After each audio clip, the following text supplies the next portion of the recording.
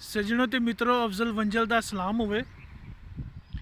ਅੱਜ ਅਸੀਂ ਤੁਹਾਡੇ ਸਾਹਮਣੇ ਪ੍ਰੋਫੈਸਰ ਤਨਵੀਰ ਹੁਸੈਨ ਅਜ਼ਮੀ ਹੋਰਾਂ ਦੀ ਕਿਤਾਬ ਕਲਮ ਦੇ ਵੈਣ ਲੈ ਕੇ ਹਾਜ਼ਰ ਹੋ ਗਏ ਹਾਂ ਤੇ ਅੱਜ ਉਹਨਾਂ ਚੋਂ ਕੁਝ ਗਜ਼ਲਾਂ ਤੇ ਨਜ਼ਮਾਂ ਤੁਹਾਨੂੰ ਪੜ੍ਹ ਕੇ ਸੁਣਾਉਂਦੇ ਹਾਂ।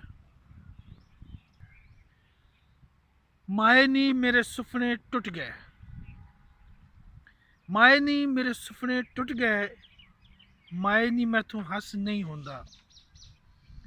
ਮਾਏ ਨੀ ਮੈਂ ਇੱਕ ਗੱਲ ਕਰਾਂ, ਜੇ ਜੋ ਮੈਥੋਂ ਜੀ ਨਹੀਂ ਹੁੰਦਾ, ਜਗ ਤੇ ਮੈਂ ਕੁਝ ਕਰ ਨਾ ਜਾਵਾਂ, ਜੀਵਨ ਨਾਲੋਂ ਮਰ ਨਾ ਜਾਵਾਂ।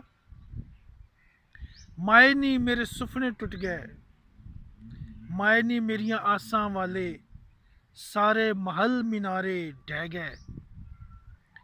ਅਥਰੂ ਡੁੱਲ ਕੇ ਝੋਲੀ ਚ ਪੈ ਗਏ, ਮਾਏ ਨੀ ਹੱਥ ਖਾਲੀ ਰਹਿ ਗਏ।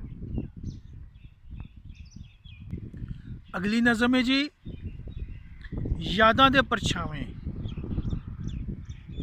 ਫਿਰ ਉਹਨੇ ਅੱਜ ਵਰਿਆਂ ਪਿੱਛੋਂ ਮੈਨੂੰ ਯਾਰ ਦਿਲਾਸੇ ਦਿੱਤੇ, ਪੂੰਝ ਕੇ ਮੇਰੇ ਵਗਦੇ ਅਥਰੂ ਬੁੱਲਾਂ ਉੱਤੇ ਹਾਸੇ ਦਿੱਤੇ।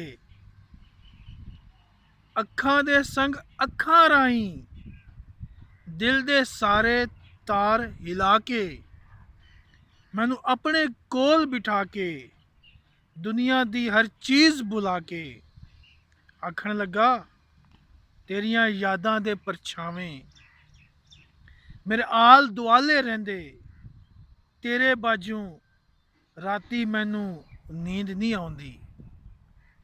ਜੀਂਦੇ ਰਹੋ ਤੇ ਵਸਦੇ ਰਹੋ ਜੀ, ਰੱਬ ਰਾਖਾ।